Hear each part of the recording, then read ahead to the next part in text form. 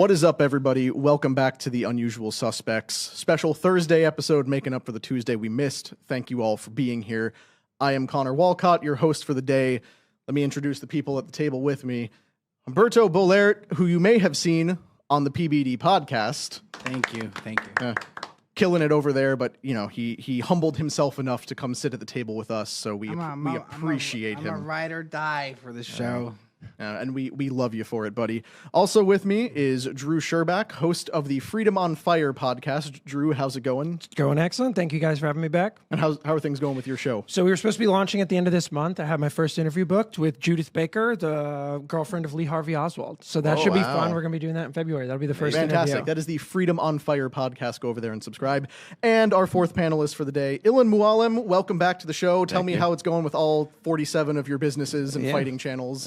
I haven't slept in 2 weeks. It's been pretty rough. Give a shout out to my collagen company that we were talking about earlier, nomanlabs.com. That's my thing that I've been working on like crazy lately. We've got Bas Rutten using it, which well, is you look cool. fantastic. So for being completely sleep deprived. So clearly your products are fantastic, as well as your watches and your fighting channel as well. Thank you, brother. Go check out Ilan there and on Minect.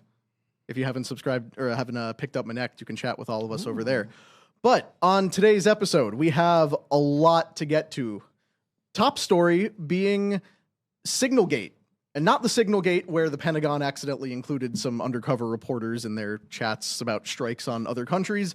We're talking about the new Signalgate, which proves that the anti-ICE protesters in Minnesota and elsewhere are far more organized and may in fact be engaging in a low-level insurrection. They don't want you to know about it, but thanks to some independent undercover journalists, we have receipts that basically prove what you were seeing on the street is not organic. It is not grassroots. It is organized at some of the highest possible levels. Also, Google, have they been spying on you through your devices? A lawsuit settlement indicates that, yes, they might actually have been. Not that any of us conspiracy nuts needed further proof. We've known that for a very long time. We will also take a look at what's been going on with TikTok. The American acquisition of it has been completed, and it's been a pretty rough couple days for the app. Allegations that TikTok is censoring Epstein content, censoring things critical of Trump, censoring ICE videos, as well as a couple of other things to do with that app. But before we get into any of that, let's talk about the fact that the World Economic Forum, for the sixth year in a row, has an insatiable appetite for high-class escorts. So, during the 2026 World Economic Forum in Davos, Switzerland, demand for erotic services surged dramatically, with the Swiss platform Tit for Tat, fantastic name for an escort service there, reporting a 4,000% increase in bookings. On the summit's opening day, January 19th, requests jumped to 79 compared to an annual average of just 2 per day in the tiny little mountain town. Many users hailed from the United States, Russia, and Ukraine. And in case any of you were worried about what our globalist overlords are up to, just know that DEI principles are alive and well, and demand for black women rose sharply this year. They're very, very notable. The diversity truly is their strength over in Davos, Switzerland.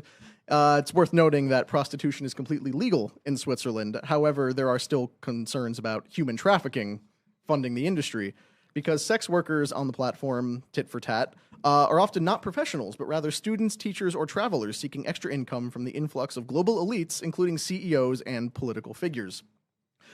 One thing worth noting here is that one client, according to the report that Tit for Tat put out and was picked up by multiple European news outlets, is that a particular client spent 96,000 Swiss francs, approximately $114,000, for 4 days with 5 women, excluding additional costs for hotels, travel, and gifts.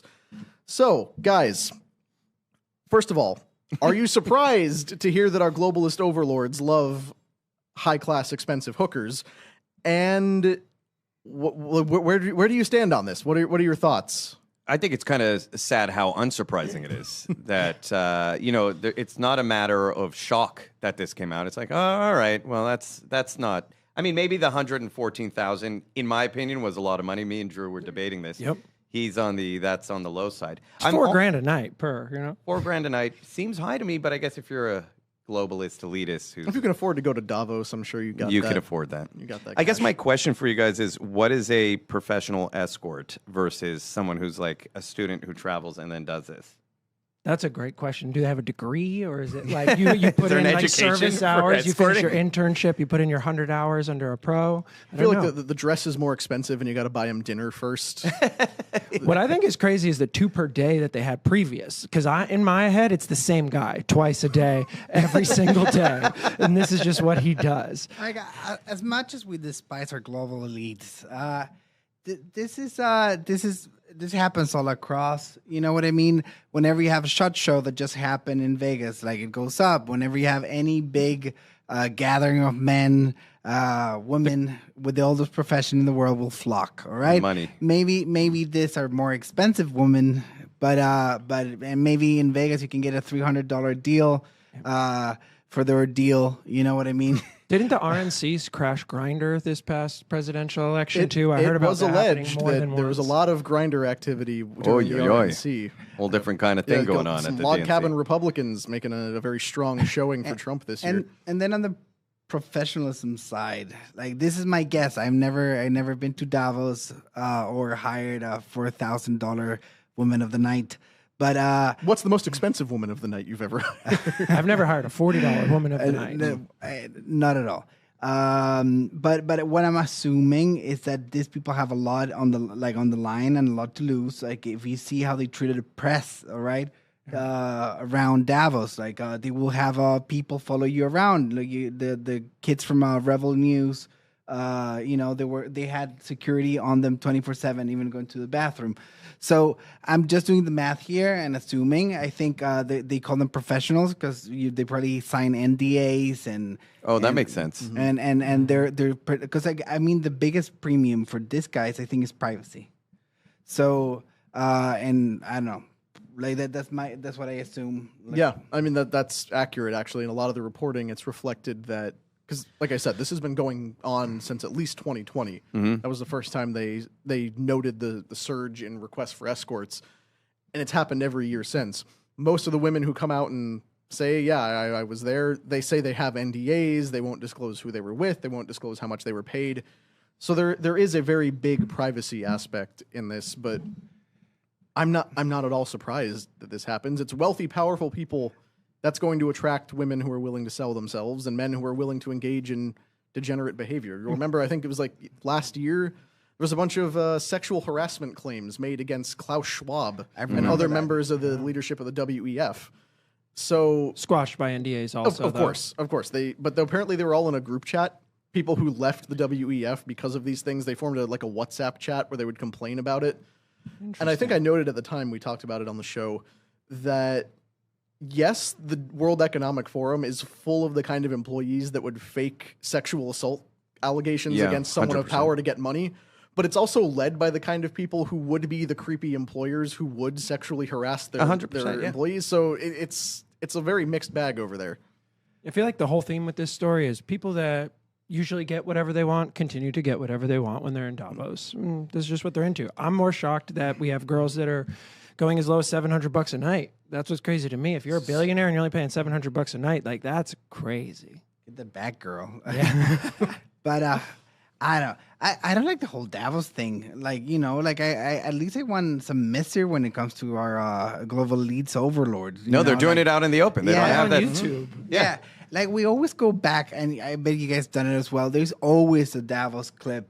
There's always a World Economic Forum clip, like to prove that you're not crazy. They give us a lot of material. We just talked about it last week with one of the things being Yuval Harari predicting that AI is going to overtake religion and we're all going to be worshiping AI eventually.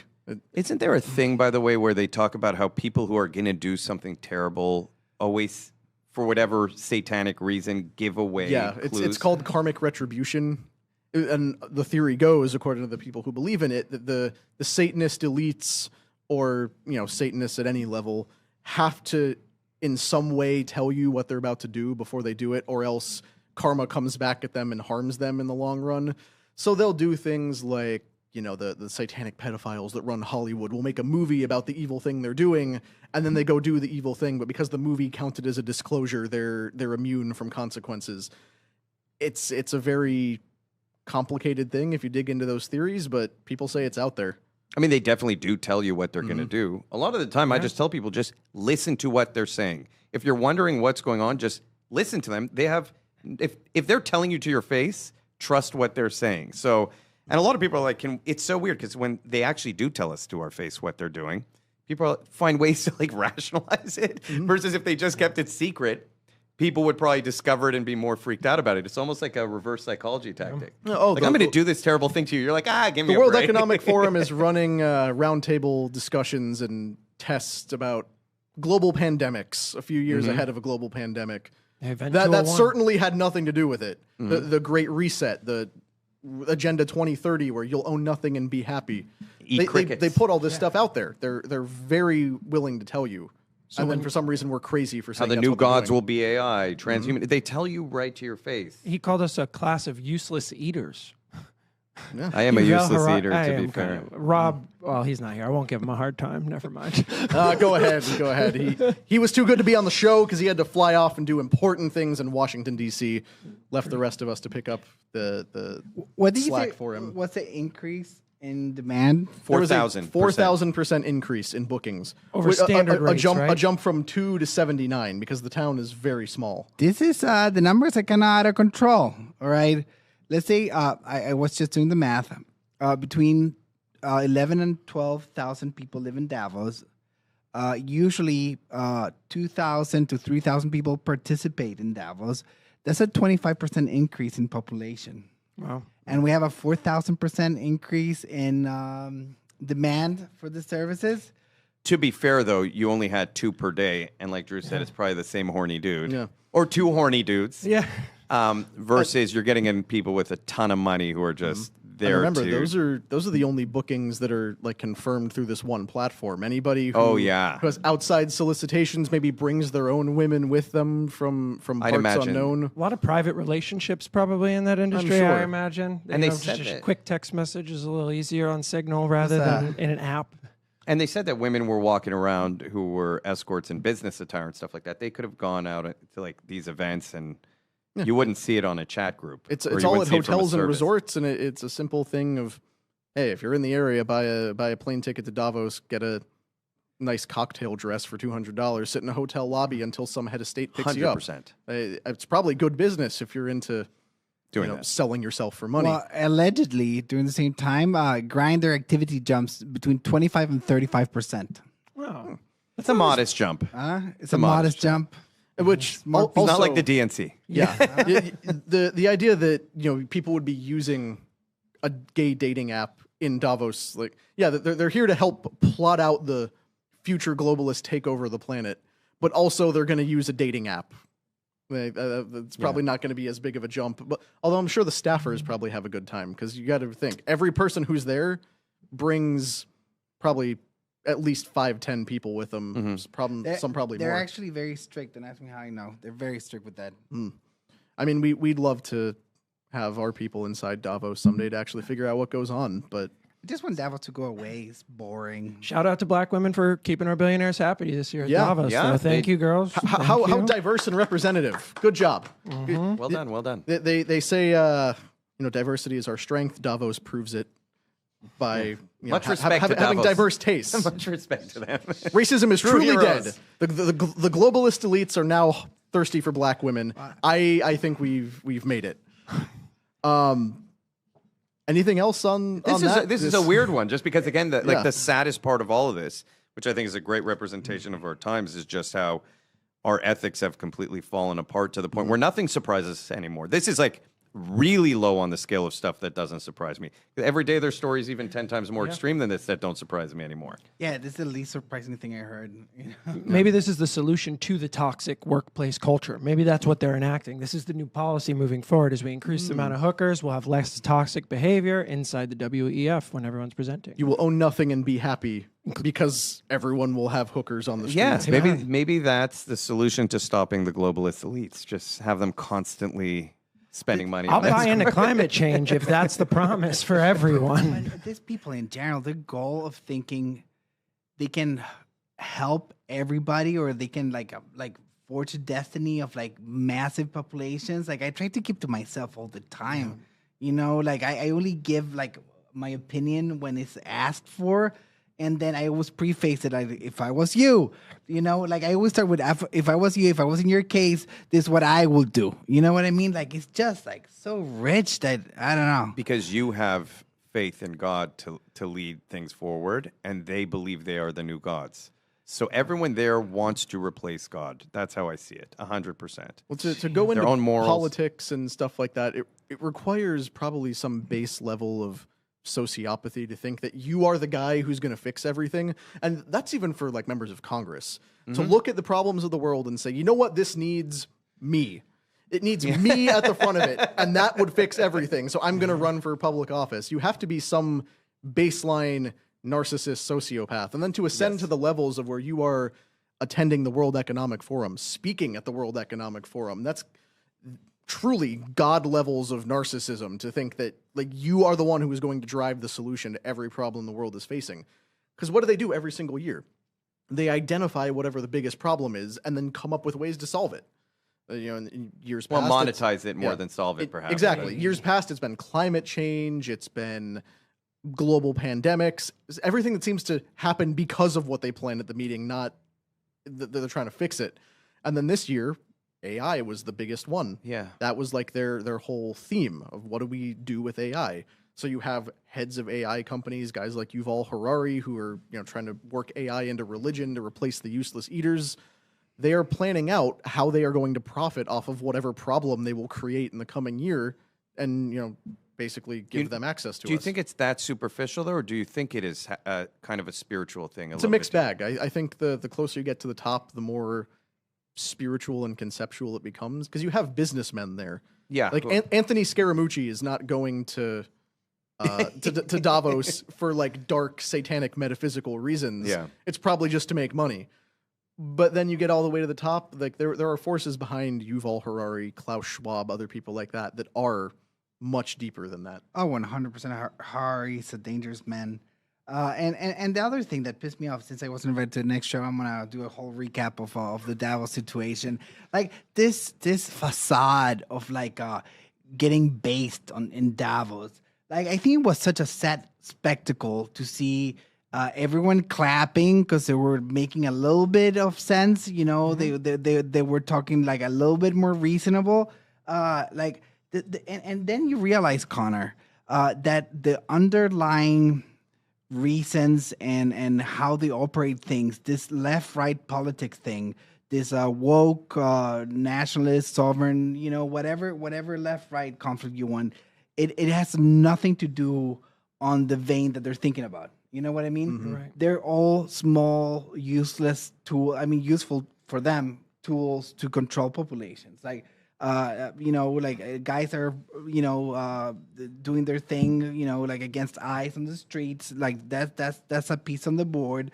And then, Tucker Carlson and Alex Jones, and then they navigate around these things. They can talk, but we don't really know what the real agenda is behind the whole thing. We'd love to think that, Javier Milei standing up at the World Economic Forum and espousing, capitalism and kicking leftists out of the government, or Donald Trump giving a speech about, how he's bringing in a new golden age. Like, these are great victories against the globalist agenda. But it's like, think of what you have to be doing to get an invite to Davos in the first place. And it's all part of it, in my opinion. What you said was pretty spot on. If there was an agenda to tear down the world's strongest power so that you could have some kind of globalist government, what would you have to do? You'd have to destabilize them from within. You'd have to force color revolutions, essentially. You'd have to get people to be very divided, not trust in their own governments.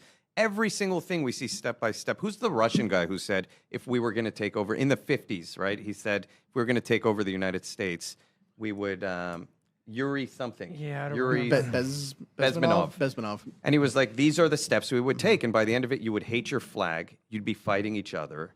Your schools would be teaching you that men aren't men, women aren't women. We would weaken you from within, and then you would fall apart.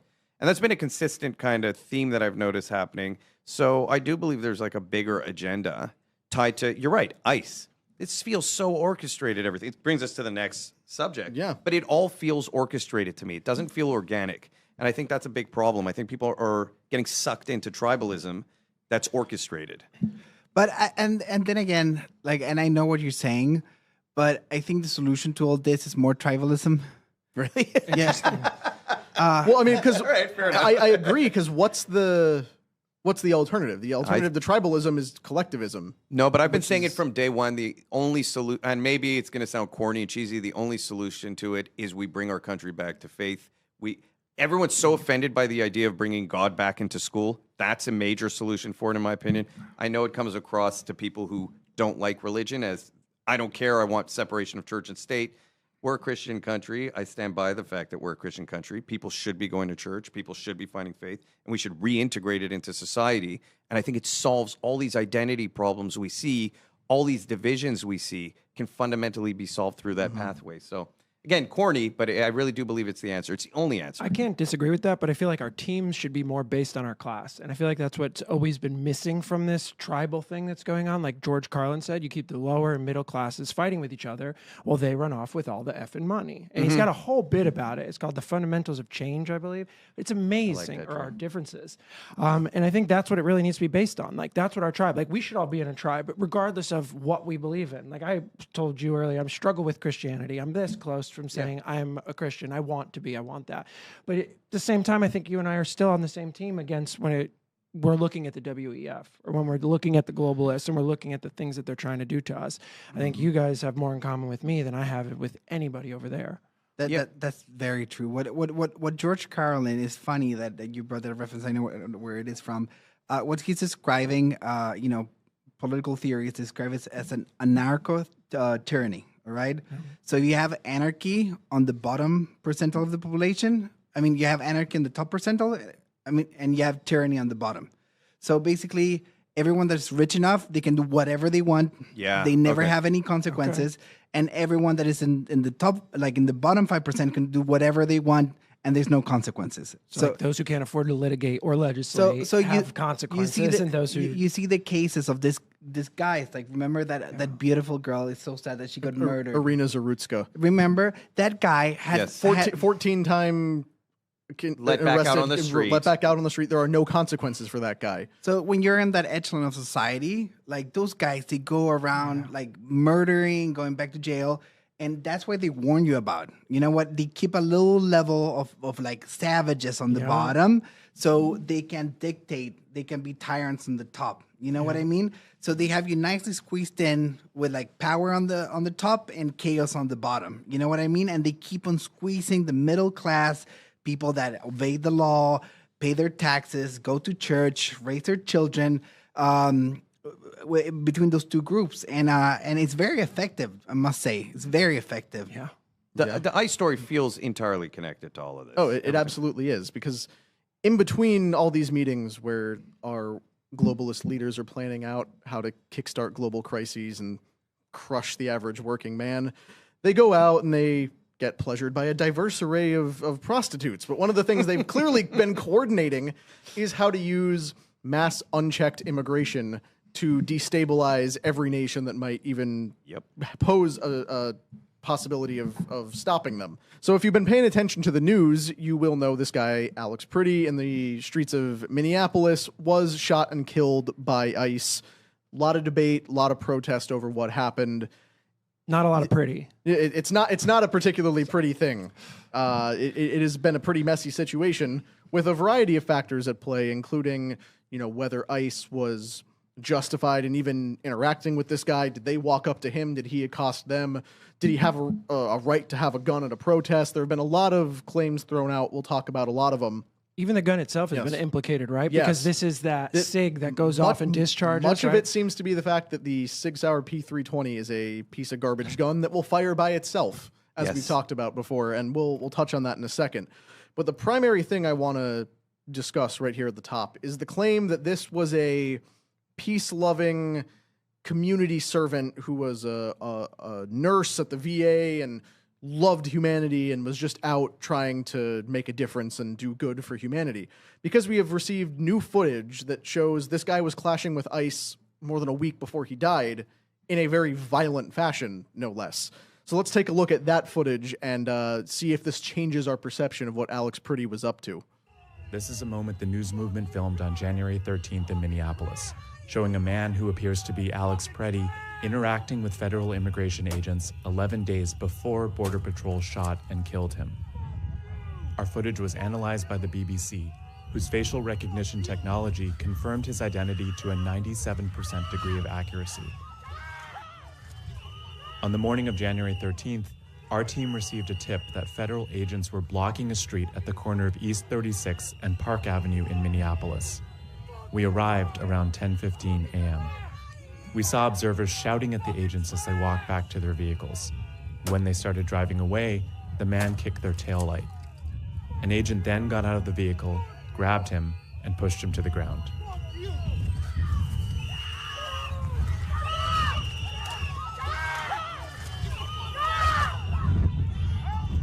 During the altercation, agents fired tear gas and pepper balls into the crowd. They continued to hold the man down before they retreat, and he walks away. Putting up a hell of a fight. He still has a firearm in his waistband. Yes. The man in our footage is wearing a similar outfit to what Preddy was wearing on the day he was killed. What appears to be a gun is also visible there above it his is. waistband. Same location.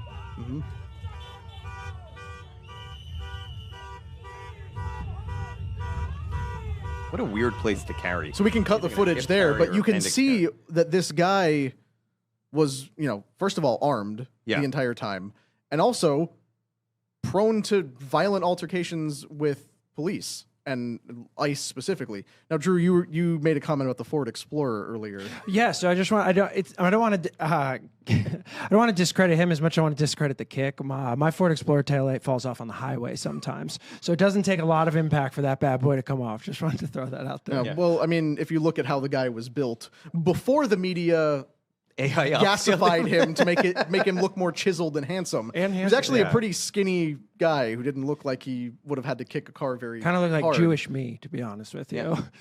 That's actually one of the craziest things, that they actually AI upskilled him to look better, that they tried to look Maxim. I mean, there's so much to talk about when it comes to this, I think, from the first video till now. We talked about tribalism earlier. I do think that this is an example of tribalism because the immediate response from both sides was so polarized. I don't like dehumanizing people for any reason. I do see that happening more and more on the right, sadly. It's just becoming, we see this, we don't have any empathy, we don't care, he's automatically wrong, we don't even care about the investigation. No matter what, when human life is lost, it's tragic. People like this are being legitimately brainwashed to believe they're doing the right thing. Here we do see him being violent. In this example, actually, this video, had he been shot here, would have looked more justifiable to me than the other one. The other one, it looked like he instinctively jumped in to protect the girl. And we've talked about it. The SIG can go off. I don't know if it went off. There's just so much chaos in all of this. I think it fundamentally comes down to the people instigating these people and driving these people are, in fact, insurrectionists. They are domestic terrorists. Whoever's driving all this chaos, again, it's very organized, very orchestrated. They are stopping people from arresting child rapists, and child molesters and child traffickers. That's what's really important to note about this, because first of all, why is ICE in Minnesota? The only reason ICE is there is because of the expose about the expose about the healthcare fraud, Yes. and then Nick Shirley's video about the daycares. That is the only reason ICE is doing anything there. They were completely oblivious to the problem prior to that. And contrary to what the Democrats might try to tell you, ICE is not going around stopping black and brown people and demanding to see their papers. No. They are working down a very specific list of people who are known to them and known to have committed crimes. That is the only people they are targeting at this stage. So for these people to be out in the streets protesting, they are protesting on behalf of known convicted criminals, most of whom are either murderers, child abusers, or some other sort of violent crime. Like, they're not even going after fraudsters. They have warrants to go after these people. Two things can be true at the same time, by the way. These people can be disgustingly wrong in what they're doing, but it could also be true that ICE didn't act appropriately that day. I think people have a hard time holding two simultaneously true things in their head at this time. Seeing this video obviously doesn't help his case, but the cops that day, ICE that day, was not aware of this video happening a week prior. They weren't aware of the signal chat. They just knew what they were experiencing on that day. So again, I do have mixed feelings about it, but the bigger problem here is that these people are, like you just said, going out and stopping justifiable legal action towards bad people. And even if, by the way, I want to say this, Everyone's like, oh, but only like what percent have actually committed violent crimes? I don't care. You have committed a crime by nature of being in the country illegally. I like going to Portugal. I wanted to stay in Portugal. They have laws that don't allow me to stay there. If I overstay, I'm deported. There is nothing wrong with a country protecting its borders. When did this become a controversial thing? Even that baseline thing, forget all the other stuff, the violent. I actually have friends, literally, they're no longer friends. I know people on the left who at this point are literally defending cases of like illegal immigrants who were drunk, hitting an 8-year-old girl. And they're like, you're comparing a DUI to someone getting shot by law enforcement. I'm like, where's your humanity gone? Like your brain is completely fragmented. Lake and Riley, like you don't care about any of these people, but now this person's a great martyr for you. The hypocrisy is what drives me crazy. Yeah. And the fact that people are willing to jump on this on the right as like an anti-gun thing, that's a huge problem. Yes. Because we've seen people try to make the argument, you know, he had a concealed carry permit, but he didn't have his identification. He didn't have his license with him. Crazy. I thought the right was in favor of constitutional carry. Yes. We have constitutional carry in Florida where it says under your Second Amendment right as an American citizen, you can carry a firearm, no license required. You can disagree with that. I think there's, you know, a lot wrapped up in that maybe we should reconsider it somewhat. But on the grounds of your Second Amendment right, I think that tracks. The right was on board with it for a very long time, up until a leftist had a gun and suddenly everyone wants now to the left. Now the left's very pro-Second Amendment. Yeah, now it's a complete reversal. The NRA is siding with leftists in favor of defending the Second Amendment from Donald Trump and the Republicans.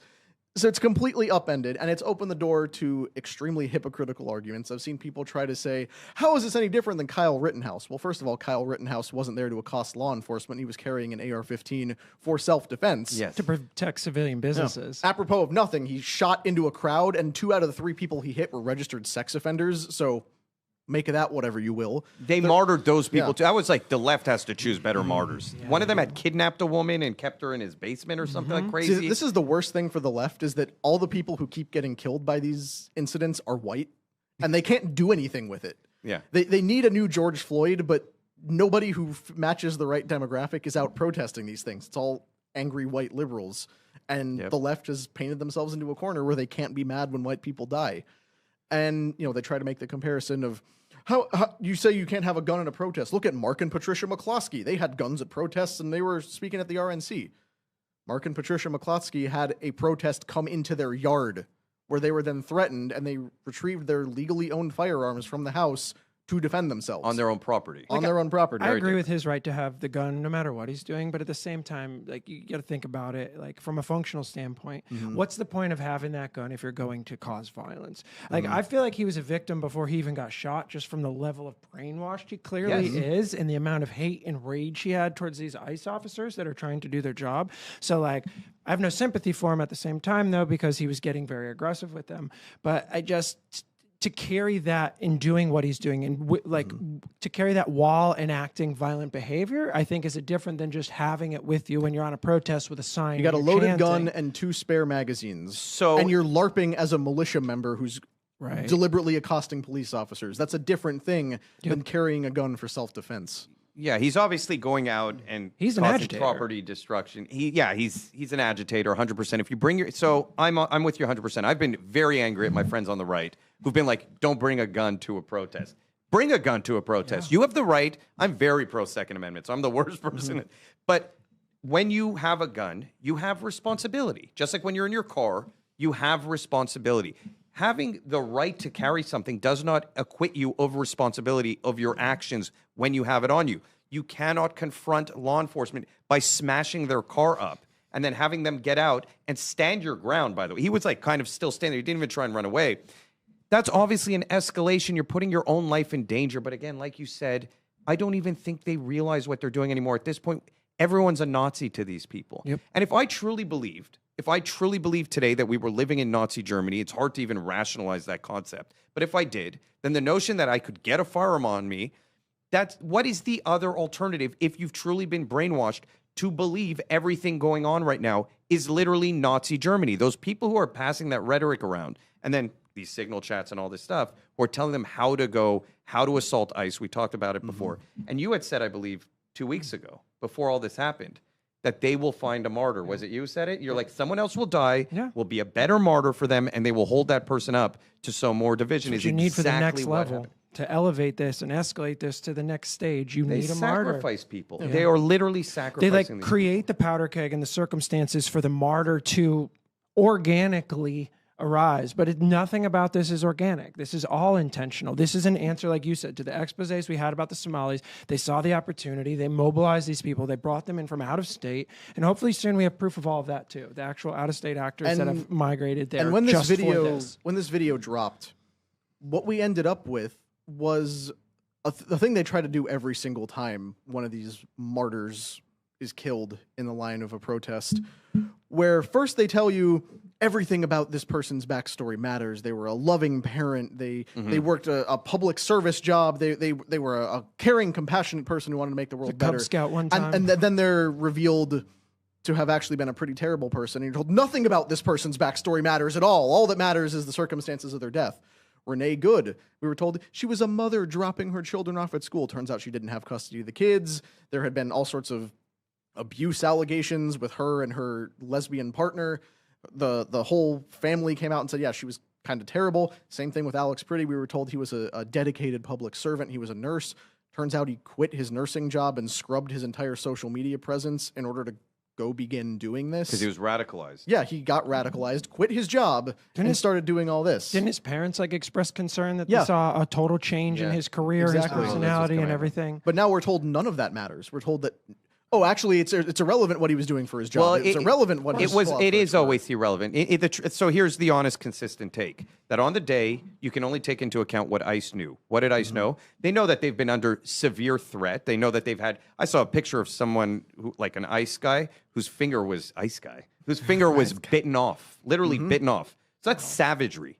We're going beyond just regular violence, even into actual savagery when you're biting off people's fingers. Bite my finger off. I'm shooting you. I don't care who you are. Unless they bite your trigger finger off, in which case, I mean, that's someone who's definitely willing to kill you. But there's a certain degree of chaos that ICE is dealing with. I don't even remember my original point now. But the reality is that in the situation, you have to just take the reality of what ICE knew. They didn't know that this guy was a nurse. They didn't know that he quit his job. They didn't know any of this backstory. They were just dealing with a guy who they saw get involved.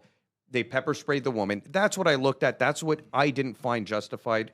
I don't know. Again, did the gun go off? Is it a SIG? And my position was always, everyone has to stop having an immediate, strong, 100% certain decision. I heard you saying that before. Look, I mean, every loss of an American life is a tragedy. Doesn't matter who it is. You know, like we don't want Americans getting shot in the street. Like that's the baseline for any human being, especially us Christians. You know, we're pro-life in every sense of the word. That's the first thing. Second thing, and he is as much of a victim as a perpetrator, right? Yep. One of my best friends, you know, in my whole life, you know, he has the most beautiful soul, the most kind guy you will ever see. He is, you know, he has fallen into, you know, this rhetoric of like, you know, ICE and this and that. And since I known him since I was, you know, a young boy, like I know where he's coming from and he's coming out of kindness, all right? Empathy. Yep. And the death of this guy started in 1965. All right, that's what we need to keep in mind. And the worst thing, like if an American dying is a tragedy, is that it's a meaningless tragedy, you know. And the efforts that ICE is putting into, and you know, like leaving their families, getting abused, and everything is meaningless. All right, we're talking about the macro numbers of this thing, and this doesn't make a dent. All right, Agreed. It doesn't make a dent for their cause, and it doesn't make a dent to fix the population problem or the immigration problem this country has. All right, so on both sides, like this doesn't make a dent. It's gonna be a side note in history. Like since 1965, we talked about this, and you know, like You're talking about the Hart-Celler Immigration Act. Immigration Act. Yeah. Like the way immigrants come into this country got out of control. You know what I mean? And right now, you know what the leading cause of population growth in America is right now? It's immigration. Really? Yeah.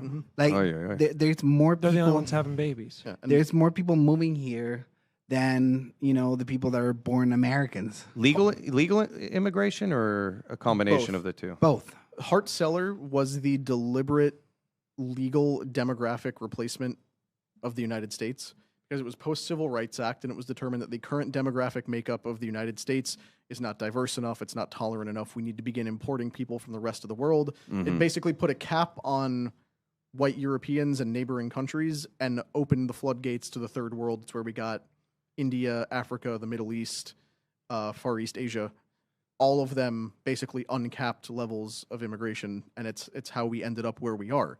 A deliberate effort to demographically change the United States. That's the purpose. So you have immigration that's out of control. And I love Trump. I'm gonna admit it. Till this day, I love the guy. I find him funny. I think he's making changes that are tangible. I think he has a plan.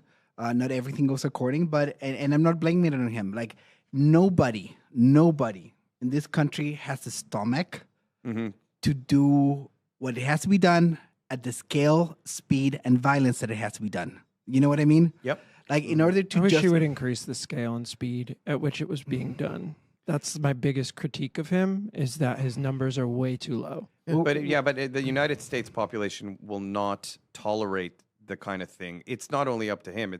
We do live in a country where the population does have a say in terms of some form of say through voting. This is why there's no way back, because there's no way back. When you see Alex Pretty shot, regardless of whether you agree with him or not, regardless of whether it was caused by his firearm going off by itself because it's poorly made or not, whatever your take on it is, the video of a guy getting shot by ICE is enough to disturb the average person who is at their core like a good, decent person who doesn't want people to die.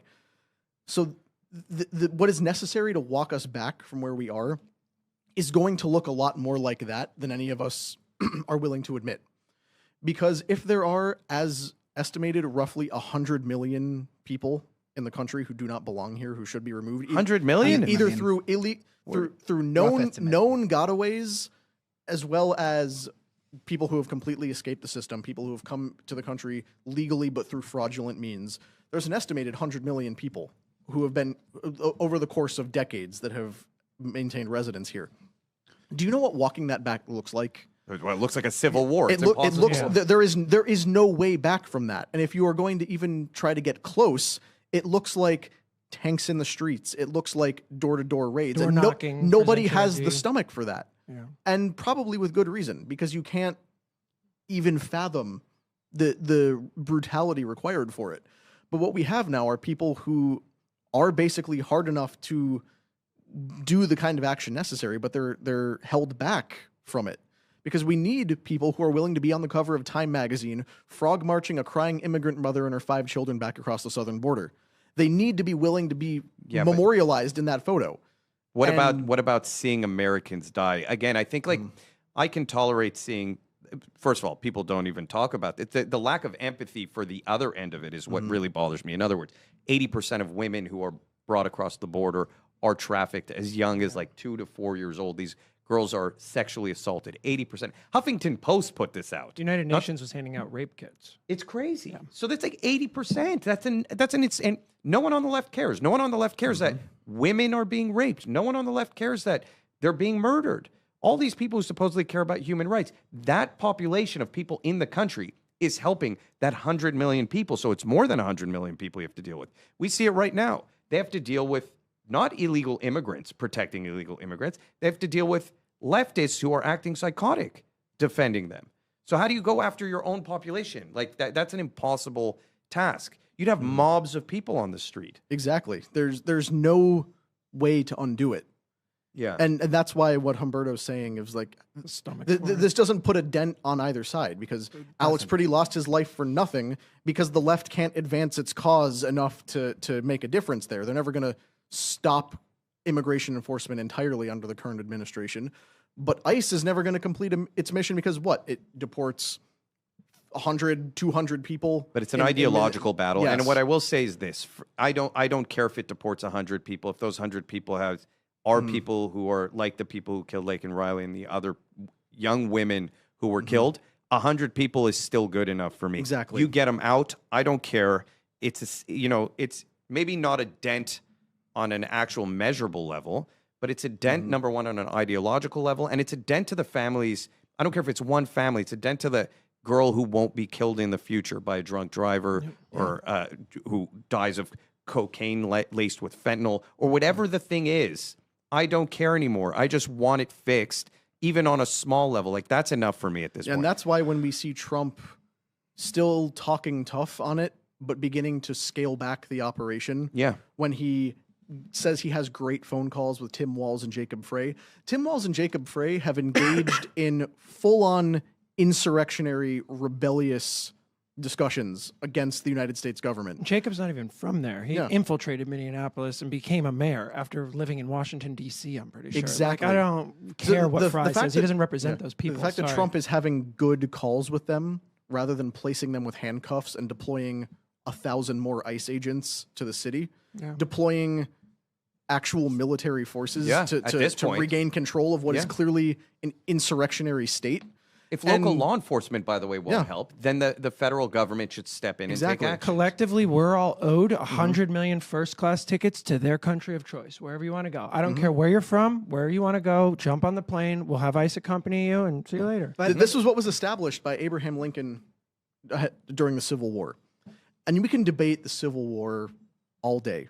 But the point that the southern states were making was that the Union is comprised of individual states that participate in the Union by their consent.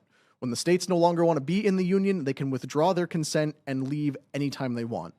The northern contention that Abraham Lincoln espoused was that, no, the Union comes first.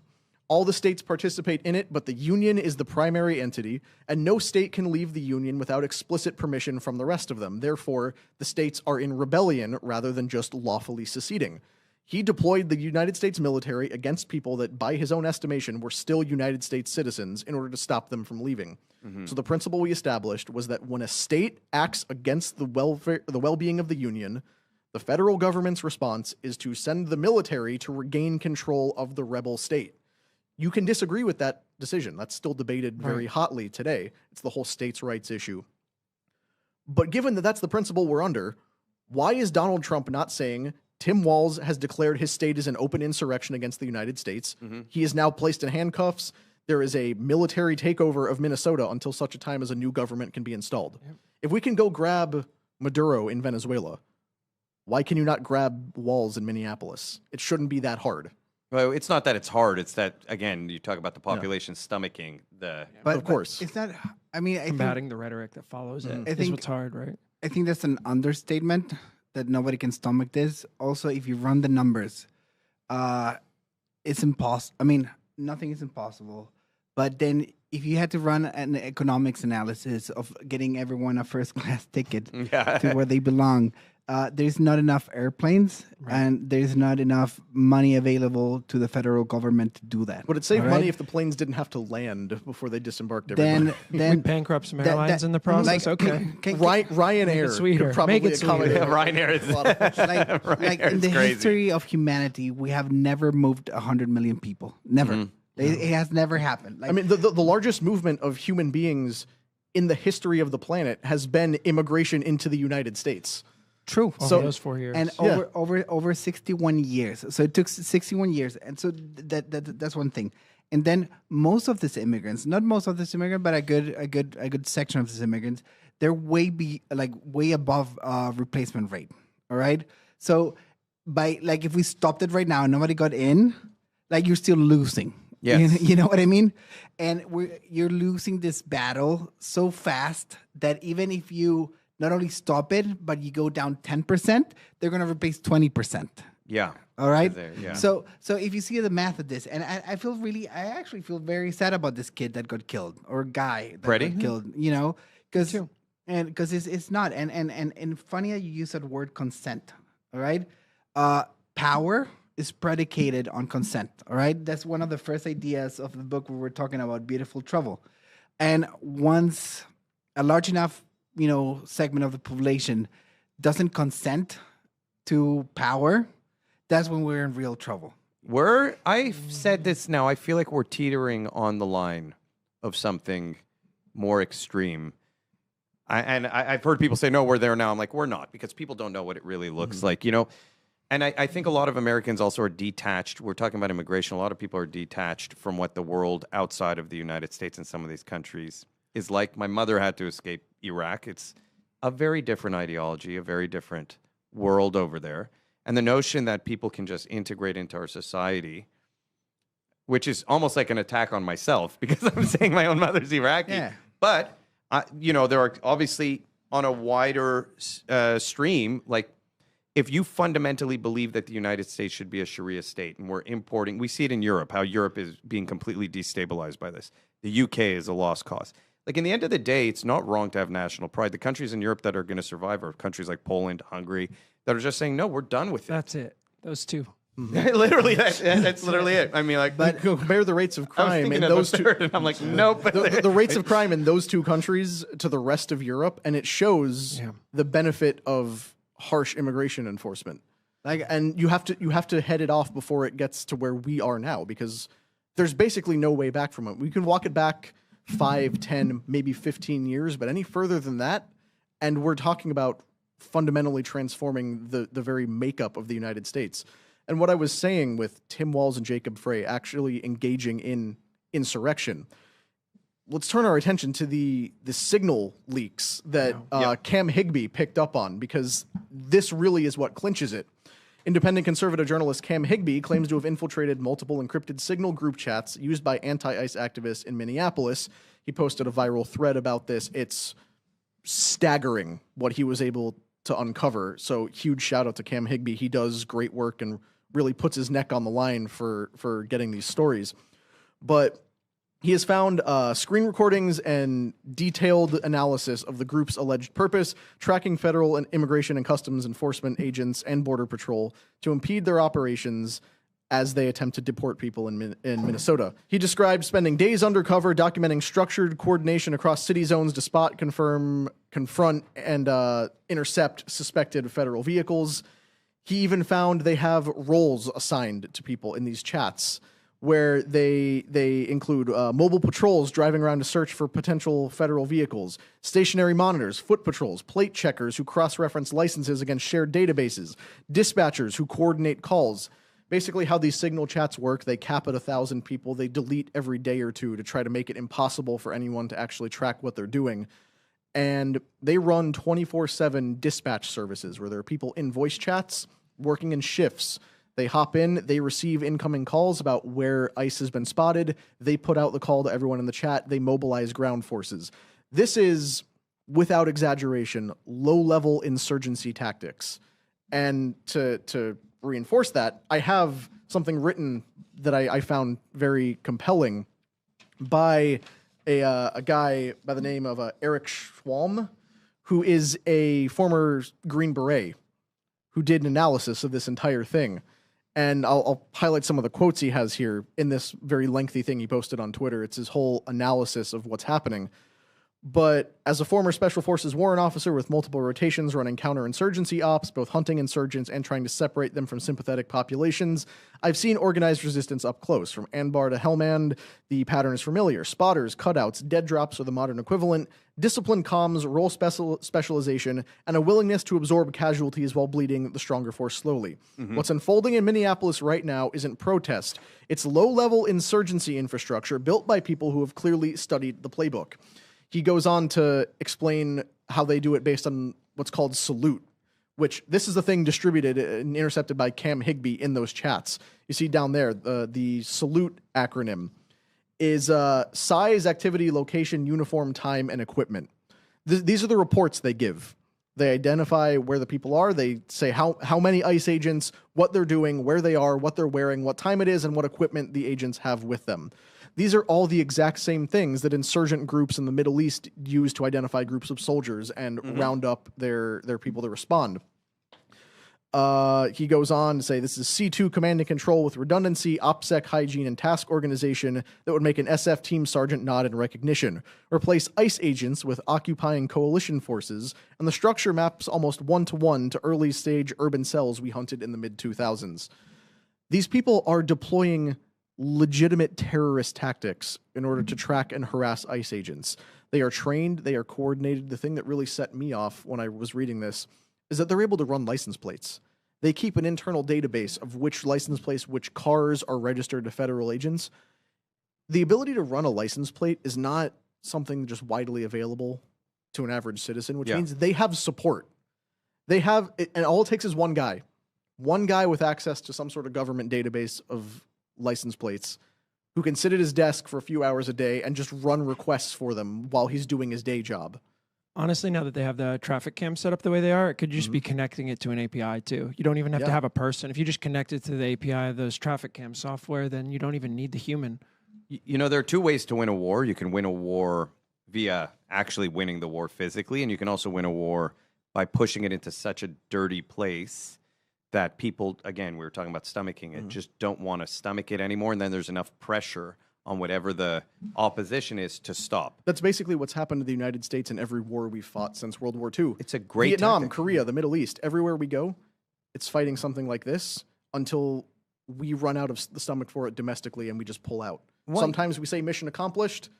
Sometimes we just leave. Well, what it does is it empowers the group to sacrifice their own people. In other words, the more Americans die right now by ICE, the happier the left is, or not the left, excuse me, this group of insurgents is, because it allows for more radicalization, it allows for more empathy, it allows for people to respond much stronger to what's going on and put more pressure on ICE. Their entire goal here is, like I said previously, to sacrifice people. It's a very effective tactic in terms of propagandizing to have people on your side die who look like innocent civilians. So, I mean, this is just crazy to me that they, number one, sorry, Umberto, I'll let you go. No, just No, they know what they're doing. They're deleting the chats. They understand there's legal consequence. They're highly organized, and they obviously do have access to some degree of information or whatever it is. They do have people somewhere. I mean, it is Or possible. authority, even. Or Just authority, authority. I The think is likely sources of scary that thing. include one person who has identified in the chat, former Tim Walz campaign strategist Amanda Kohler, as well as Minneapolis City Councilor Orrin Chowerty, who is photographed here with Tim Walz. There have been other Walz administration officials who are linked to anonymous users in these signal chats.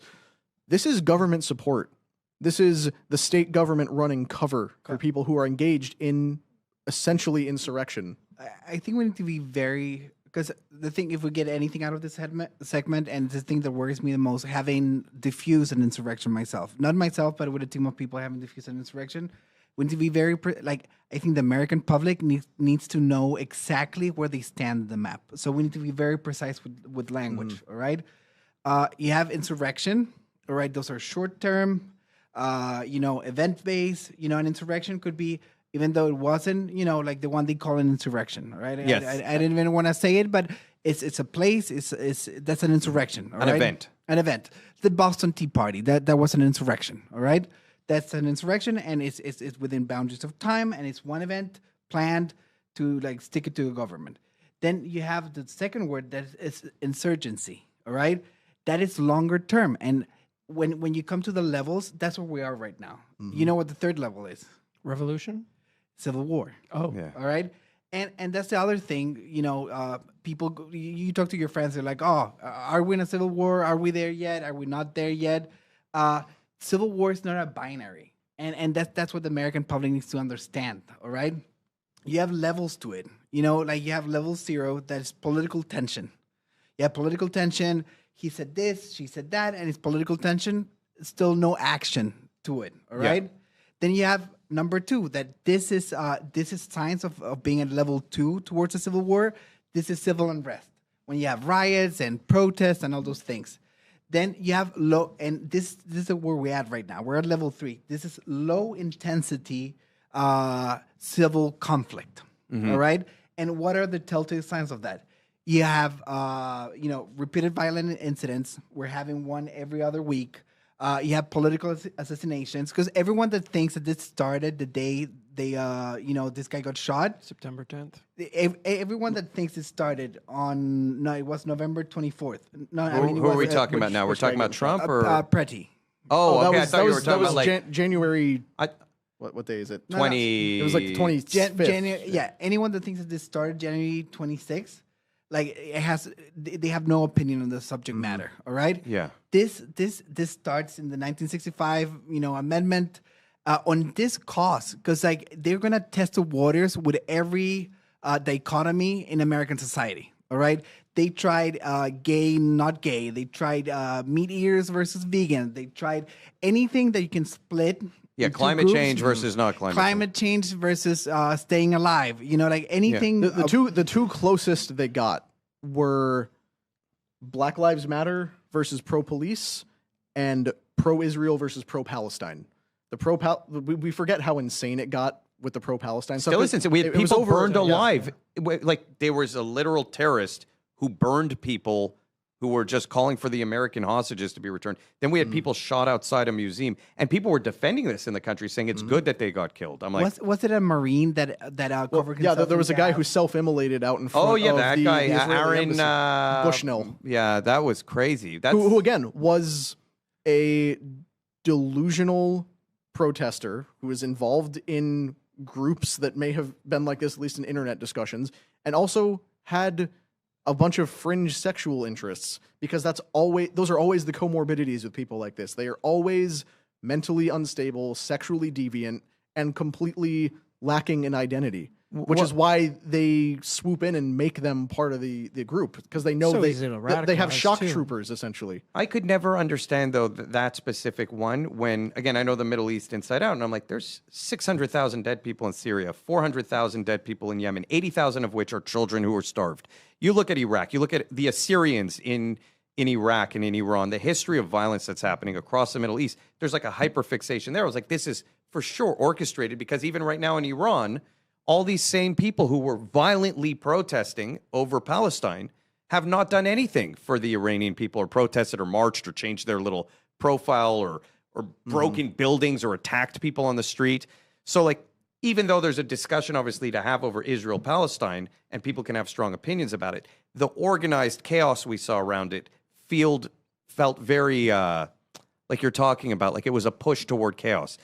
It is a push towards chaos, and people need to tread very carefully with this, very carefully, because we went from zero, that is, just like back and forth. We're bordering on a full blown civil war. And this is Charlie why Kirk. This is why being understanding it is so assassinated important. But like when this happens, if hopefully it doesn't happen, I don't want a single dead American, and I hope people that are in power, they start taking this seriously, and not just the ICE problem. That's a symptom, all right? Not just them checking out licenses. And you said they have collaborators. That's funny, because it's a very, very good example of how this works. They're not collaborators, Connor. All right, they started infiltrating. Those positions of knowledge, tactical power, and this was a work that they did for 10, 15 years. If you look at it like, one of the guys saw a Facebook post and he got in contact and started giving the license plate. That's not how it works. When you have high-level officials in a signal group, those guys didn't appear out of nowhere. Yeah. That guy's entire career was based on getting that job so he could help with a movement like this. It's not they've recruited people in government. It's they put people in government who worked their way up. But Kamala was bailing criminals out of prison during the BLM riots. She was bailing. So let's understand the timeline of this. I think we're in the last legs of the civilized part of the timeline. And if someone can start tracking this to 15 years, 20 years, and see the problem as a whole, we're going to have a very bad time. And I don't want to see this happen. You know what I mean? Yeah, and this is why understanding where we're at right now is so critically important, because it recontextualizes everything you're seeing. When you realize that none of this is organic, none of this is grassroots, this is all highly coordinated, highly intentional, with support from very high levels of power, you realize that someone like Alex Pretty getting shot in the street is not just a symptom of violent fascist government. It is actually a clash between legitimate military and law enforcement power and a violent insurgency, because they do what's called low and mid-level violence tactics. Mid-level violence is essentially scaled up, I'm not touching you. Yeah. Anyone who grew up with a sibling knows that when you're in the back seat of the car and your brother or sister is like, I'm not touching you, Yes. I'm not touching you, That's exactly and what I was then thinking. you get really pissed off and you punch them. And your parents turn around and say, why are you hitting him? It's like, well, I wasn't even touching him. I wasn't even touching him. And then he just started hitting me. That is what they are doing. So when they try to tell you Alex Pretty was just standing there with his phone, optically, it looks like a bunch of ICE agents went up to a guy who was not brandishing a weapon, was not threatening them, was not making any sort of contact. They approached him, they initiated a conflict, and then they shot him. What is actually happening is that this guy, under the same principles that have motivated insurgent groups around the world for a very long time, is standing there engaging in mid-level violence of, I'm going to block you, I'm going to harass you, I'm going to blow a whistle in your ear, I'm going to scream at you, I'm going to track you relentlessly around the city, I'm going to kick out your taillights every time your car stops. And then I'm going to stand there with a phone in your face, waiting for the exact moment you do something. We're going to clip that little segment and put it out, and we're going to destroy you. That is the implicit threat. So that is what ICE agents are operating under when they do these kinds of And you have people literally attacking ICE agents. They don't know when you are. Like when he kicked out that taillight, when the ICE agent got out of the car, he could have easily drawn and fired. You don't know when you're an ICE agent. That guy was armed and aggressive at that time. He could have, it's not a big stretch that the next movement for him is ICE agent getting out of car. I have a gun on me. Let me use it. And it's interesting that none of this happened under Obama. When Obama was deploying ICE agents all around the country, when we were deporting people, the kids in cages picture they said was under Trump was under Obama. None of the media, that's how I know it's all for this exact tactic. But the thing is, this is a core tenet in Beautiful Trouble, all right? Action is a reaction, all right? And once this happened, the people in power, they have three options, all right? They can ignore it. That is probably sometimes the best, you know, because they don't give it, you know, they don't give it the time of the day. They can crack down on it and look authoritarian, or they can engage with them. Like, as long as they... Escalating? Is that what engaging No. looks It's like? even worse, negotiating.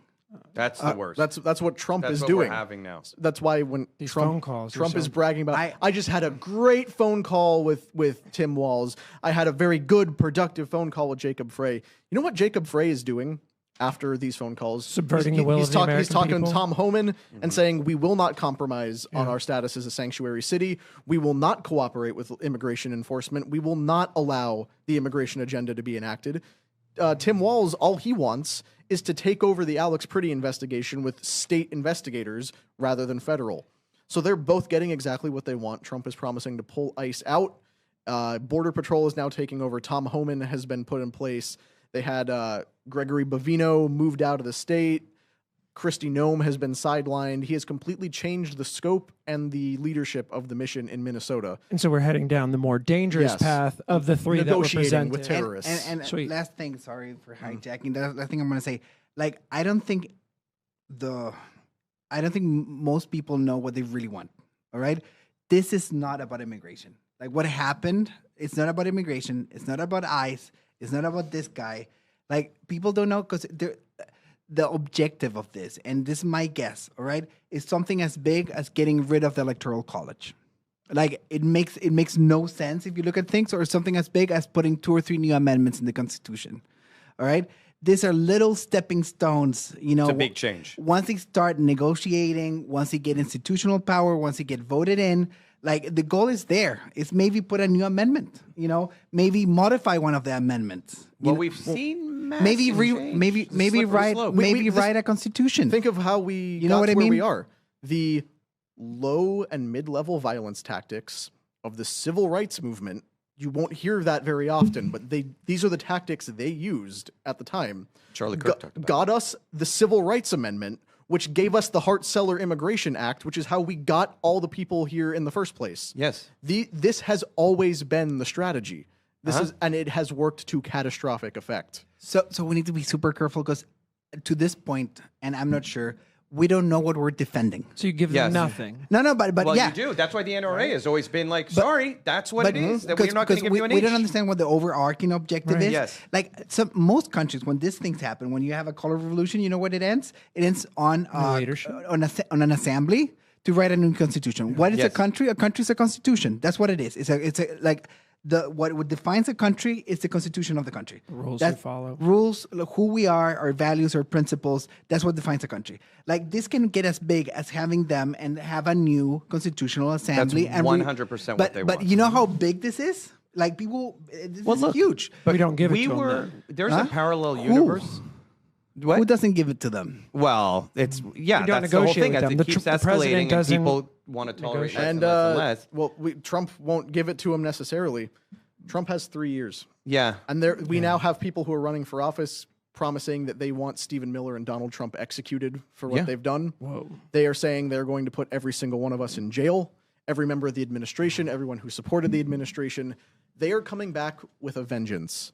And we are completely screwed if we don't figure out what it is we're going to do to stop that from happening. and the rights infighting. But what I was saying earlier is there's a parallel universe out there where the bullet that came after Trump was 2 inches over and didn't miss, and that world has actual civil war.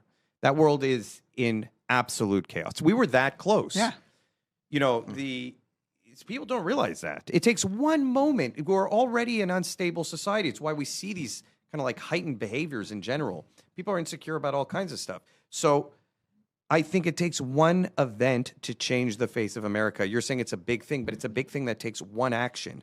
And all of a sudden, everything goes into absolute chaos. And when you have absolute chaos, you will turn to any kind of authority to help, you know, it's a form of mass psychosis. Once there's chaos, people will do anything to satiate the fear, to get rid of that feeling of fear and insecurity. They'll hand over all their rights. And speaking of authorities that are taking our rights away, That's a good segue. Sorry, we went on for a while. Let's move to our next one. That was a big story, but we got to talk about this as well, because as it turns out, big tech, one of the authorities that loves to trample all over our rights, has finally confirmed something that most of us delusional conspiracy theorists have been saying for years. Google has agreed to pay $68 million to settle a class action lawsuit accusing its Google Assistant of secretly recording private conversations on Android devices and other products. Plaintiffs allege that the voice assistant was inadvertently triggered by false accepts or mistaking everyday sounds for words for wake phrases like "Hey Google" or "Okay Google." Now that I've just triggered everyone's Google Home Assistant who's listening to this. Leading to unauthorized recordings of confidential discussions. These recordings are then reportedly shared with third parties, including advertisers, to deliver targeted ads violating users' privacy rights. The preliminary settlement was filed on Friday in a San Jose, California federal court and awaits approval by a U.S. district judge. Google denied any wrongdoing, saying that it settled to avoid risks, costs, and uncertainties of continued litigation. They maintain that Google Assistant does not actually monitor anything you say, and you are not being secretly recorded by your devices. Do any of you guys believe that? Nobody believes. I'm incredibly frustrated by this one, particularly because they've lied about it for so long. And now that we're on the other side of it and we have a settlement, the max compensation I'm entitled to for a decade of spying on me is $56. Oh, well, And that's if I on, hit that's on the high top end. tier. Yeah. Eligible it's like claimants $9. could receive payouts ranging from $2 to $56, dating back to people who used it in May 2016. The plaintiff's lawyers may seek up to 1/3 of the fund, about $22.7 million in fees. So somebody's getting paid. You're getting $1.33 if you're on the low end. I got 4 homes and 3 Chromecasts. They've listened to everything I've ever done. And I have a Google Pixel right here. Thanks a lot, guys. They have every O-face I ever made. I'm convinced of it now. But this is another one of those things that's unsurprising. I read this, I'm like, what, really? Like when I talked about aliens eating brisket, and then I got an ad about aliens eating brisket that they weren't listening. It was just coincidence. That was the excuse for a while, by the way. People were like, no, it's just coincidence. Advertisers know pretty well what you want. It just so happens that you notice it when it's an ad that's targeted for you. I'm like, literally, aliens eating brisket, and then I get alien brisket. Come on. It's a little too specific. What's even more frustrating about this is how these work. And this is what makes me mad every single time. So we have these class action lawsuits where these multi-billion-dollar tech corporations infringe on your rights, infringe on your privacy, they lie to your face, and then whatever lawyer challenges them gets a 20-something million payday while we get nothing. Yeah, we So get it's like, what do we get in exchange for our lack of privacy and our rights? Nothing. $68 million seems like a really low end payout for something like that. But this says 400. This is what they were initially hit with when the case was first brought. It was negotiated down to a settlement of $68 million. It should be billions. Yeah, like this is a think for a moment. $1 million. Why make billions when we could make millions. My one Google Nest device costs more than I can get from this settlement. If this thing, $1.33. if this thing we Can't even keep in get a our French fry. pockets every single day is listening to the words we say, looking for key phrases, and then that information is being distributed to third parties, that is a unheard of, inconceivable violation of the rights of every human being on the planet. It's also killing us with Radiation, Bluetooth and potentially non-ionized turning us into radiation. brain as dead we zombies. discussed last week. Yeah. But the fact that Google can just skate by on, we're admitting no wrongdoing. Here's $68 million. We promise to fix nothing because we aren't saying we're doing anything right now. Yeah. This really set off some alarm bells for me when I first heard about it because, I mean, for one thing, that's egregiously low to settle for that kind of thing. And it's to third-party people. It's not even Yeah. the government. This reminded me of something because we talked about this on the show all the way back in September of 2024. I covered this in a segment way back when, and we'll have that linked in the description so you can go watch it. But there was a company called Cox Media Group that had a leaked pitch deck. I remember that. You remember this segment? Rob worked for them. Yeah. That's who he worked. That's who Rob used to work for. Oh, well, now I don't trust Rob at all. Well, my mistake Sorry. for ever Sorry, trusting Rob. It always seemed Mike a little off to Calta me, show. eh? Working for Cox. 1025 the bone. Working for Cox. Right, you know how Rob loves Cox. True. But we were talking about this because it was reported that a leaked slideshow pitch deck from Cox Media Group was advocating for the use of something called active listening technology, which, according to this pitch deck, was using AI to collect and analyze real-time intent data by listening through phones, laptops, and home assistant microphones. They were, at one point, a marketing and advertising partner with Facebook, with Meta, with Google. All of them immediately delisted Cox Media Group as a partner after this report came out. But basically what they were trying to sell you on was, as it says there on this picture on the screen, advertisers can pair this voice data with behavioral data to target in-network consumers. Essentially, they just want to keep your microphone running 24/7 to hear the things you say, see what you look at, see where you go, match that with your algorithmic behavior data of who you're interacting with, where your phone is pinging so they know your location, and use it to sell to advertisers. They're And also one of the largest media companies themselves. They Yeah. own CBS channels and radio stations and everything And else. it gets worse than that because I fell down a little bit of a rabbit hole looking at it because we researched it way back when, but more information has come out. So since 2019, Cox Media Group has been majority owned by Apollo Global Management, which, if you're in the know, the CEO and founder of that was Leon Black, aka a guy who was forced to resign from Apollo Global Management for giving paying Jeffrey Epstein $158 million. The VIP down The most there. expensive tax and It all comes back to Epstein. state planning guy. And I couldn't tell you that Jeffrey Epstein is somehow listening through your smartphone device right now. I'm just saying the paper trail is there. Just my only thing. But the fact that you have this giant media conglomerate that's owned by an even bigger media conglomerate that is, of course, owned by a billionaire Epstein associate, and they all want to use your smart device to listen to everything you say is just delusional. I got my start in media buying ads. Like I was a ad buyer. Mostly digital ad buyer. We used to have like millions and millions of ads, that we'll buy every year. Very good friends with the people at Google. They throw crazy. When you're buying from them, they will fly you out, throw parties. Same with Spotify and all this, TV channels. We have the coolest events. Boost was free all the time. Like if you're buying ads, you're having a good time. All right, because they need to convince you to put your two commercials in there. And I can name many names. I made a very good relationship with people from the other side. And this topic came up, like we closed a big deal, and I was like, we were having dinner, a few drinks. I was like, come on, tell me. All right, I wouldn't tell anybody. Are you guys listening? And even if she was a few drinks in, she couldn't confirm nor deny. If I was James O'Keefe, I would have failed that. And she gave me the most scary answer. We don't need to. All right, the amount of data that is given to advertisers, is so unbelievable that just by triangulation of like this data point, this data point, this data point, this data point, this data point, you put them all together, you know exactly what you need to know. You know what I mean? We were able to get sexual orientation 10 years ago. Wow. Like, and none of the social media or anywhere like you will self-declare, but just by search trends. Like Google, there was a case that happened not too long ago. I mean, probably like 10 years ago. It guessed that a girl was pregnant before she got tested. I remember for this. pregnancy. There's another case I love. It's a guy that was also a media buyer that was able to be so precise with targeting. He had a roommate that used to do sword swallowing. All right. Imagine how niche that is. All right. He will go to parties and they will pay him to swallow swords and do the whole fire. How do you call it when you swallow fire? Fire eating. Fire eating. And he made a whole campaign targeted at his roommate about the discomforts of working as a fire eater. All right. Interesting. If you put it in perspective, this if you put Google, Alphabet, that's the thing.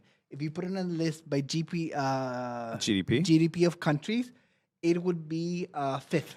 All right. Whoa. So it'd be United States, China, Germany, Japan, Alphabet, UK, France, Italy, Brazil, and others. All right. So let's really think what we're talking about here. All right. Yeah. The fifth And biggest per economy cap- in the world. And per capita, if you just were to look at how much money per person is generated in Alphabet Group compared to countries, Probably number one. And this, for sure, this number is one. Yeah, you look the at 350 crazy million thing about Americans it. versus how many people in Alphabet? Crazy thing about it too is that we tend to feel like, okay, if the phone is listening to us, it's on behalf of the FBI, the government. The government is monitoring its own citizens. It's like 1984. You know, You think Snowden? yeah, like the illegal monitoring, NSA wiretaps, all the stuff. Like the government wants to know what's going. Government doesn't care. The government is not an actor in this. They have their own ways of getting everything, as you know, Snowden revealed, the NSA and all that. They don't need all this.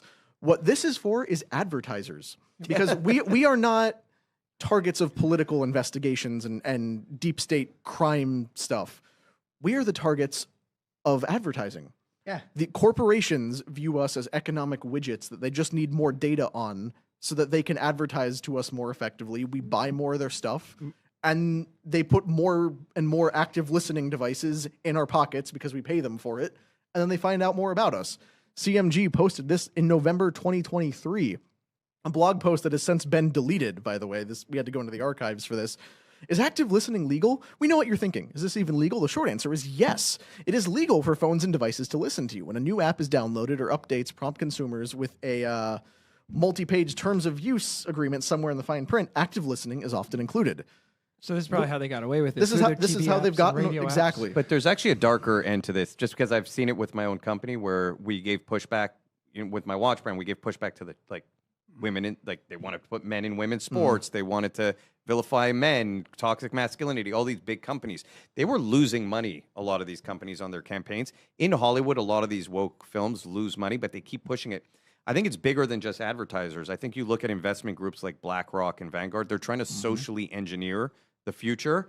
And a lot of this data helps them see how hard they can push, where they can push, where there's going to be compliance, where there's going to be resistance. So I don't think it's as innocent as, hey, people are just trying to make money. They're trying to listen in on you. I've seen it with my own brand. The attack, I had to take down, we used to have celebrities wearing my watches. When I did the ad called Erased, which was for women in sports, we protected women in sports. We had so much pushback. I got multiple lawyers' letters. I had to remove every celebrity from my website. I got review bombed, like negative reviews out of nowhere. I had death threats sent to me via email. And I'm a small company. So, But there's nothing more toxic than the advertising industry. That's why I left it. What it's all for, it is right? toxic. My last and I sent Connor this video. This is the ultimate. Have you watched it? I watched this on my way here today. All right, Yeah. this is the ultimate. Why they're pushing for AI. Like this is what happens because they already have the data points, and this. I love this lady. Like we haven't been able to have her on, but she's just tremendous. She is. So, all right, let's take a look at this then. Was put into the White House to persuade conservatives to go along with a control grid. And what you need to understand is if you look at all the factions operating in Washington, there is nobody on our side. They are all trying to implement the control grid. And the question is, who's going to control it and who's going to make money on it? So is Trump our friend? Absolutely not. And if you look at the extraordinary effort that the administration has made to build the control grid, the local hardware and software infrastructure, billions of dollars. So let me step and talk about the local infrastructure and then come back to this side, Andy. Let me explain what AI is really good at. So there's a lot of crazy, magical, stupid thinking on AI. But one of the things I will say about AI, it's absolutely superb at implementing or tracking things that can be expressed mathematically. So its ability to collect and process huge amounts of data like surveillance data, where you're trying to implement spatial control or financial control, it's absolutely fantastic at, okay? And if you look at all the data centers we're building all over the country, they are there for control. That's what they do. They're not there to make businesses. You know, I always laugh when the guys say, oh, we poured all this money into AI and it's not making companies more productive. Well, of course, it's not meant to make companies more productive. It's meant to make sure that the leadership has complete control, spatial control and financial control. I just noted Congressman Massey is now fighting to kill the switch in your car. You know, kill the car switch. So they've got new items in the car that your car can be turned off, you know, remotely, and so he's trying to kill the kill switch, but that gets back to spatial control. And if everybody's an electric car and you can kill the switch, there you go. Exactly. And we didn't even talk about the kill switch thing, but the fact that they want that and we only have a very small minority of Congress that is willing to try to block that is insane. This is why I have a hard time squaring with like what Humberto said yesterday when he's talking, earlier, when he's talking about, I love Trump, I love Trump, I love Trump. It has never been more clear to me in my life that he is the guy that is installing all of the technology for all of the migrants. So what's going to happen is we're going to push back the other direction. The control systems are going to be there, and we're going to invite 10 or 20 more million migrants in to destroy our country when the next Democrat is president. I don't understand how people don't see it. When the Tony Blair Institute leaked all those documents from their nonprofit for what they're going to do at Gaza, one of the things they had in there is the American Data Safe Haven with special USAI regulations. What do people think that's for? You know what I mean? Exactly Elon Musk has a smart manufacturing zone that they're building in Gaza too. Like, I don't know if you have this in the slides, but it's crazy the things that they're doing. No, I don't understand how people just don't see it overall. It's so hard for me to understand because the technology's there. Palantir's there. They already gave it to him. They gave him a contract to build a database on U.S. citizens. It's not that I don't see it. I choose to live with it. Okay, understood. Are you not worried about like when I'm not you specifically. I feel bad saying you specifically, but like I was a diehard. You know what I mean? Like I was MAGA as MAGA came. During COVID, I was at the health and freedom conferences standing up for people's rights. But now I see this and I'm like, did I get duped? I feel like I got duped in a big way, and he's installing the systems and mechanisms of control that someone else on the other side will eventually use to abuse the people who supported him. Like Terminator I'm scared 2. of it. I Exactly. guess. So it's not you specific, but And speaking of how that control structure is going to go into effect, let's now turn our attention to our last thing that we'll fly through real quick because we're up against the clock. Oh. TikTok, the perfect example of that control structure being put in place. So the American acquisition of TikTok went fully into effect as of, I believe, Thursday. Yep. Where now Chinese ByteDance controls 19.9% of TikTok, and the rest is split evenly in 15% increments between different American and, weirdly enough, UAE-owned companies. Really? Saudi-owned. There's MGX Great. that is owned by the Emirates, as well as Silver Lake, and most concerningly to certain people, Oracle, which is owned by Larry Ellison. Mm-hmm. So following the January 2026 divestiture of TikTok's U.S. operations to a joint venture led by investors including Oracle and Trump ally Larry Ellison, users have reported widespread censorship of politically sensitive content. Complaints surged over videos criticizing ICE operations, particularly those addressing the shootings of Renee Good and Alex Priddy. Various creators have said they can't post anti-ICE content or Trump-critical content. A separate issue involves direct messages containing the word Epstein, referencing convicted sex offender Jeffrey Epstein, which triggered warnings that the content violated community guidelines and prevented sending, saying even DMs mentioning Epstein were potentially blocked for a period of time. Even alone, right? Even Just alone. the word Epstein Just the word by Epstein. itself. So I mean, I've experienced a lot of censorship on TikTok specifically long before this. I've had multiple accounts deleted. They would just delete my account, say you violated too many guidelines. I've been shadow banned repeatedly on TikTok. I don't know if things have changed already or they haven't. I just know that TikTok has always been crazy with its censorship and how it manages its platform. Here's my question though. If there's an American company that owns TikTok, just objectively speaking, and TikTok is being used by millions of people to propagandize to children that men, like, they should have, sex changes, and that, let's say that was what was going on like crazy. There was a group and it kept going viral, and TikTok was like, these kind of ideologies don't stand up with our values. We're going to limit the amount of stuff going on. Do they not have that right to do that and say, it's our platform, it's a private platform, we find this to be a negative net outcome on society, we're going to censor against it?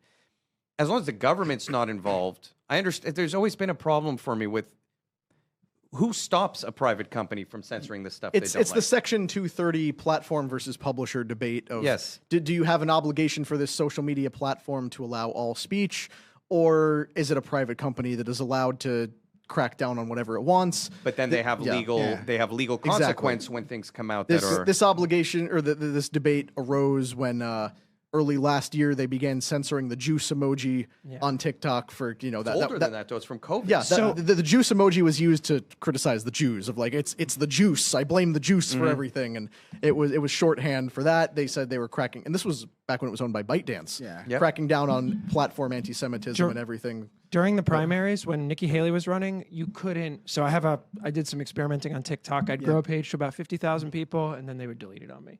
Done it, Rob. I'll tell you, I've done it like 6 times. So if you did negative videos about Nikki Haley, you got 0 distribution. Whereas if I did positive ones about Nikki Haley, distributed to thousands, tens of thousands, hundreds of thousands of people. So the censorship has been there, but now it's just really honed in on a specific subject, as you're illuminating right now, is that you can't say negative things about Israel, the IDF, Netanyahu, Epstein, and that's kind of like you're taking a stereotype. Do they own the media, own the social media? So they literally, the largest contributor to the Friends of IDF is the one who bought TikTok, and now you can't say anything bad against Israel. So it's just like perpetuating a stereotype. And if that was the thing, I have not seen data to support that, though, because I am on the algorithm of TikTok where I'm just exposed to Nazi propaganda every day, like Kenko, and like I can give you the names of the people. I will show you that their videos have tens of millions of views and are mass spread. And I mean, I've personally witnessed, even in the past week, I'm in that algorithm, like the anti-Israel. I don't know how I ended up there. I mean, like, but I'm in that anti-Israel, literally pro-Hitler algorithm, and that is all. Everyone my brother claiming... sent me a picture of a cat doing a Nazi salute. I won't do it here. I don't know why I'm doing this, but after that cat with the Nazi salute, it just sent me down a rabbit hole. The cat's heart goes out to you. So I'm just saying there is a lot of, I don't know how much of it is subjective. I'd want to see measurable data. And this is the claim that everybody's making. Everyone on every side is claiming every platform is censoring them. I have people who are complaining that X under Elon is unusable and it's all full of censorship. And they're all going to other platforms. Meanwhile, anyone on the right is saying X is better than it's ever been because people are able to talk. Yeah. And then into the mix, TikTok says they're actually not censoring anything at all, and it's just weather-related power outages at an Oracle data center. Well, that I don't buy. Causing cascading technical failure, like 0 view displays and upload timeouts. So you can't DM someone the word Epstein, apparently, because Oracle suffered a power outage. Crystal Ball and James Lee both did videos in real time live where you can watch them do this. So you don't have to trust some random YouTuber or some random TikToker. We have 2 people that are credible that have done it. And Gavin Newsom is saying he's now going to launch an invest. You know it's bad when Gavin Newsom is the one who's going to, I'm going to get to the bottom of this. I'm going to shed light on it. He's going to investigate all the claims of censorship. And will we ever get to the bottom of it? I have no idea. Not. But apparently TikTok deletions surged by upwards of 130% in the last week because people no longer trust it. And But they trusted it under China. Like that's Yeah. the crazy thing to me. Most people are deleting because it's starting to suck. You know, like people that have no issues with censorship. This is how this is gonna play out. This TikTok by boomers has been mystified, like the new thing that the Gen Z kids are doing. All right, what this comes to advertising and the way the incentives are set on the platform. TikTok is an unlimited reach platform. All right. Google, Facebook, all of them, they sell reach to advertising. It's like if they want to see your watch ad in that many accounts, you pay for that many accounts to see your ad. All right. That's not how TikTok works. TikTok is paid by the shop. All right. So their business is not reach. Their business is the shop, the TikTok shop. So everyone that goes in there, they go with the hope that one of their videos is gonna make them TikTok famous. All right, because it's a much more open platform. What's gonna happen if the deletions keep on going up? And it loses the cool factor. Nobody's that invested on TikTok anyways. Find me on Upscroll. So Freedom on Fire. once deletions get to critical rate, they lost their investment, and that's what's going to happen. And that's what the if it happens, because selling point of things like Upscrolled is. They're saying, oh, Yeah. you can't trust the platforms. And now we have Upscrolled that was created by a Palestinian guy who's Yeah, and it's he's going to not- censor. I guarantee you, if I go on there and I Connor, just spout it's the worst. pro-Israel stuff, It's they're gonna- Can't it's even the upload a worst. It's the video on worst. Upscroll. I have It doesn't work. I have No, never not trying. signed up. Deleted my account so fast. I was like, all right, let's check it out. Go in. Free Palestine, free Palestine, free Palestine. I'm like, okay, I'm out. Literally, But everyone has I- their bias. That's the reality is here. Yeah.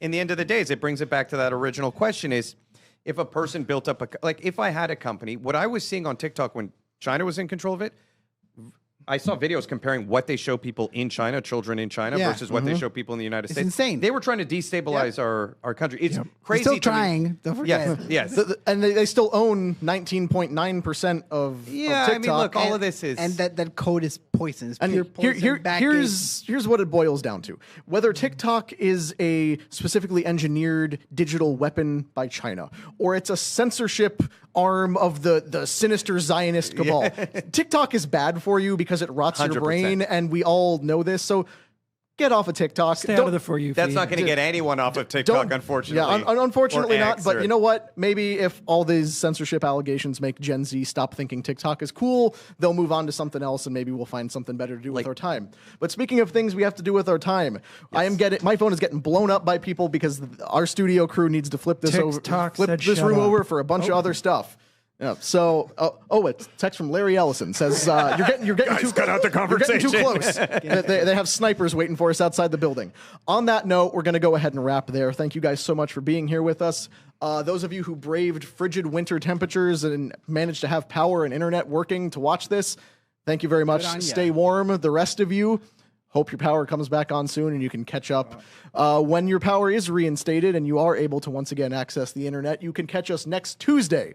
And I know we said last Thursday that it would be a Tuesday episode, and then we told you it was moved to Thursday. But we're promising you, reals, guys. as much as we can, next time it will be on Tuesday, our normal day, Tuesday at 6 p.m. right here on The Unusual Suspects. Me, Humberto, Ilan, we're all on Minect. You can chat with us. Anything you showed off on the show today, topics for future episodes, questions about Ilan's 47 businesses, Humberto's history as a counterinsurgency. I want all the links. Will Vinny be here all next that week? stuff. I will. And I mean, if we survive the weekend, because apparently it's supposed to be 35 degrees in Miami and 40 degrees in Juneau, Alaska. So it might be the apocalypse, but at least it gives us an excuse to break out the quarter zips as we get there. So on behalf of myself, the entire crew, the Valuetainment family, Drew, go check out Freedom on Fire. Ilan, it's Inside Fighting. Eggard watches. Humberto and I are here. We're on Minect. I have a Substack. Go subscribe over there. Sometimes I write interesting things. Not often, but sometimes. And until then, on behalf of myself and the entire Unusual Suspects crew, have a great night, everybody.